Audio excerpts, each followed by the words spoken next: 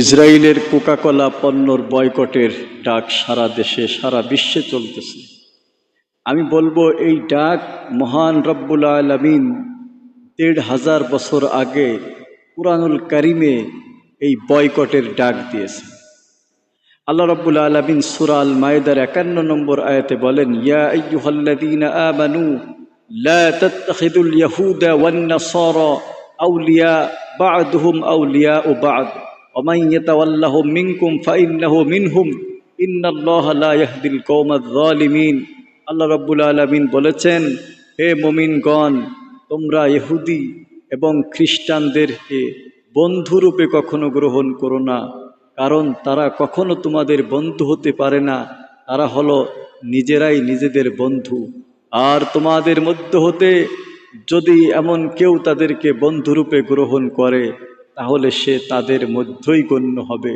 অতএব আল্লাহ রব্বুল আলামিন জালেমদেরকে কখনো হেদায়েত দান করেন না।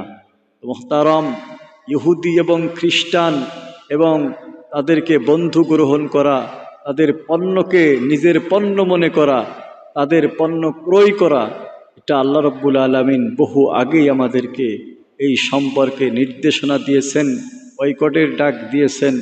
আজকে আমরা এত দেরিতে এসেও কোকাকোলা সহ অন্য ইসরায়েলের পণ্য ছাড়তে পারতেছি না।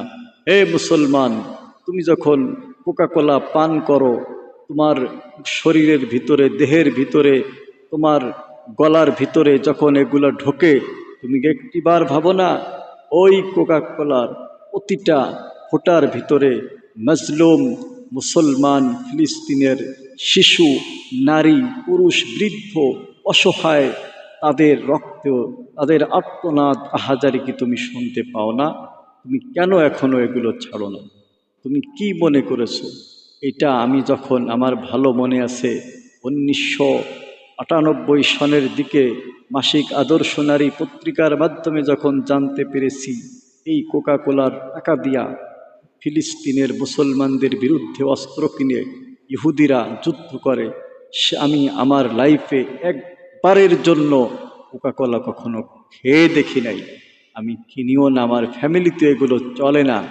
অতএব আপনাদেরকে অনুরোধ করব, আপনাদেরকে সবিনয় অনুরোধ করব, আপনারা ভুলেও ইসরায়েলের শুধু কোকাকোলা নয়, এটা তো একটা ব্র্যান্ড, সবাই চিনে, এছাড়া যত প্রকার পণ্য আছে, আজ থেকে ইসরায়েলের কোনো ইহুদি খ্রিস্টানদের, আমেরিকার কোনো তৈরি করা পণ্য আমরা কখনোই এটা আমরা ক্রয় করব না আমাদের হালাল টাকা দিয়ে।